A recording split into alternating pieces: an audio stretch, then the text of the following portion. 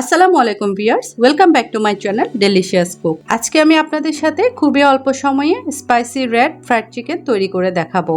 আর মাঝে মাঝে বাচ্চারা তো এমন বায়না করে যে তারা চিকেন ফ্রাই খেতে রেস্টুরেন্টে যাবে। অল্প সময়ে অল্প উপকরণ দিয়ে আপনিও ঝটপট বাসায় এই ফ্রাইড চিকেনটা তৈরি করে নিতে পারবেন।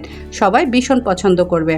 চেষ্টা করেছি খুব সহজভাবে তৈরি করতে। আশা করছি আজকের রেসিপিটি আপনাদের কাছে ভালো লাগবে। তো ফ্রাইড চিকেনের জন্য আমি এখানে প্রায় হাফ কেজির মতো চিকেন নিয়েছি। আমি এখানে চিকেনের ব্রেস্টটা নিয়েছি। এখন এর সাথে দিয়ে দিচ্ছি হাফ চা চামচ মরিচের গুঁড়া, হাফ চা চামচ হলুদের গুঁড়া, ভাজা জিরার গুঁড়া দিচ্ছি 1/4 চা চামচ, গরম মশলা গুঁড়া দিচ্ছি হাফ চা চামচ, কালো গোলমরিচের গুঁড়া দিচ্ছি 1/4 চা চামচ পরিমাণ মতো লবণ দিয়ে দিলাম। এবার সয়া সস দিয়ে দিচ্ছি 1 টেবিল চামচ। আর এখানে হাফ কাপ পরিমাণ বেসন দিয়ে দিচ্ছি। আর সাথে আদা রসুন বাটা দিচ্ছি 1 চা চামচ পরিমাণ। সব শেষে দিয়ে দিচ্ছি অল্প একটু রেড ফুড কালার। এটা অপশনাল। কালারটা যদি দিতে না চান তাহলে বাদ দিতে পারেন। এটাতে স্বাদের কোনো পরিবর্তন হবে না, জাস্ট দেখা সৌন্দর্যের জন্য মূলত এটা ব্যবহার করা। তারপর এই সবগুলোকে খুব ভালোভাবে মিক্স করে নিতে হবে। তবে আপনাদের হাতের কাছে যদি বেসনটা না থাকে সেক্ষেত্রে আপনারা এখানে ময়দাটা ব্যবহার করতে পারেন। তারপর দিয়ে দিচ্ছি এখানে 2 টেবিল চামচ পরিমাণ চালের গুঁড়া। চালের গুঁড়াটা দিলে এখানে চিকেনটা অনেক বেশি ক্রিস্পি হবে।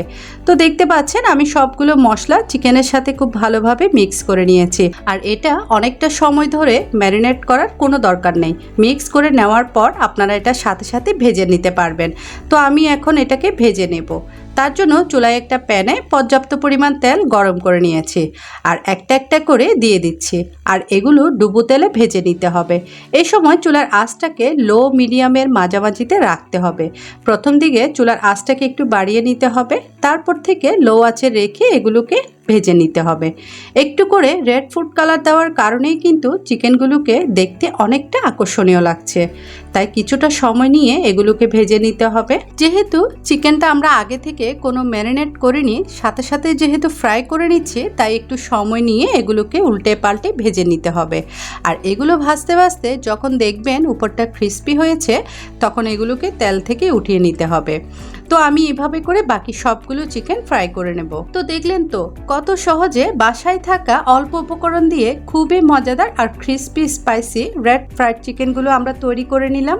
খেতে তো অনেক বেশি টেস্টি আর ইয়ামি হয়েছে। তাই আপনারাও বাসায় বাচ্চাদের জন্য ঝটপট তৈরি করে নিতে পারেন। আশা করছি আমার আজকের রেসিপিটি আপনাদের কাছে ভালো লেগেছে। তাই এই ধরনের সহজ রেসিপিগুলো পেতে আমার ভিডিওতে একটা লাইক দিবেন, শেয়ার করবেন, সেই সাথে আমার চ্যানেলটি সাবস্ক্রাইব করবেন আর ফেসবুক পেজটি ফলো দিয়ে পাশে থাকবেন।